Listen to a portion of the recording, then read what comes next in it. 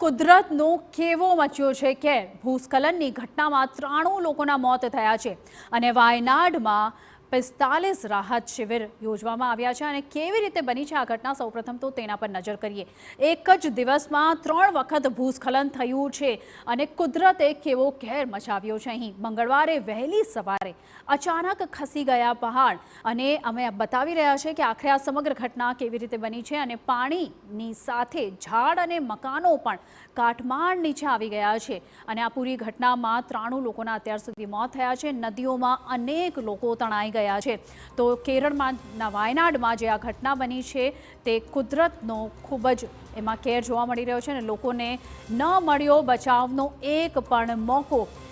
સતત એક પછી એક 3 ભૂસ્ખલન થયા છે અને જેમાં કેટલાય લોકો તણાઈ ગયા છે। ભૂસ્ખલનના લીધે અનેક લોકો પણ એમાં ફસાઈ ગયા છે અને કાટમાળના નીચે પણ હજી અનેક લોકોના ફસાવાની આશંકા છે અને સાથે જ સેનાની મદદ શરૂ કરાયું છે। રેસ્ક્યુ ઓપરેશન સેનાની મદદ છે એનડીઆરએફની ટીમથી અને સાથે જ એરલિફ્ટ કરવા માટે પણ પ્લાન કરી રહી છે સેના। કુલ 60થી વધુ લોકોએ અત્યાર સુધી આ પૂરી ઘટનામાં પોતાનો જીવ ગુમાવ્યો છે। હાલ આ માહિતી મળી રહી છે અને હજુ પણ આશંકા છે કે ઘણાય લોકો અહીં ફસાયેલા છે। 70થી વધુ લોકોને નાની મોટી ઈજાઓ થઈ છે અને કેટલા લોકો હજી આમાં ફસાયા છે તેની અત્યારે માહિતી સામે નથી આવી પણ સેના તરફથી રાહત અને બચાવ કાર્ય અત્યારે પણ ચાલુ છે। વાયુસેનાના MI-17 LAH બચાવ કાર્યમાં લાગેલા છે અને રેસ્ક્યુ ઓપરેશન મોટા પાયે સેના તરફથી હાથ ધરવામાં આવ્યું છે। 2 ટીમ ઇન્ફેન્ટ્રી બટાલિયન રેસ્ક્યુમાં અત્યારે તેઓ યુદ્ધના ધોરણે કામ કરી રહ્યા છે અને 2 ટીમ DSCની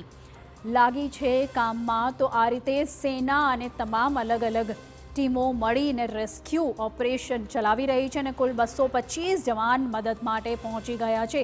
તો ખૂબ જ મોટું કુદરતનું કહેર અહીં જોવા મળી રહ્યું છે અને 225 જવાન અહીં મદદ માટે પહોંચી ગયા છે। સેનાની મદદથી આ તમામ રેસ્ક્યુ ઓપરેશન હાથ ધરવામાં આવ્યું છે।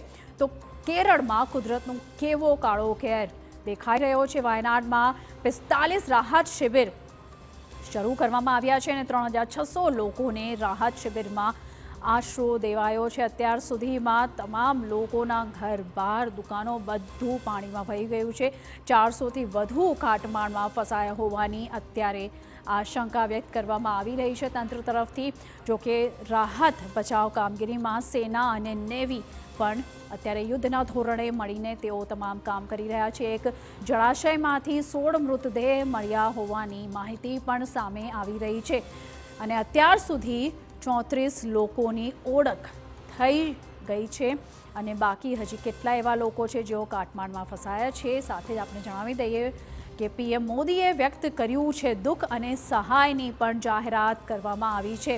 તો જે રીતનો કુદરતનો કહેર જોવા મળ્યો છે વાયનાડમાં તેને લઈને PM મોદીએ દુઃખ વ્યક્ત કર્યું છે અને મૃતકોના પરિવારજનોને 2-2 લાખ રૂપિયાની સહાયની પણ તેમને ઘોષણા કરી છે। દુર્ઘટનાના ઈજાગ્રસ્તોને 50,000ની સહાયની માહિતી અત્યારે સામે આવી રહી છે। PM મોદીએ દુઃખ વ્યક્ત કર્યું છે આ પૂરી ઘટનામાં। જો કે કેટલાય લોકોના મોત થયા છે અને હજુ કેટલાય લોકો આમાં ફસાયા હોવાની આશંકા વ્યક્ત કરવામાં આવી રહી છે।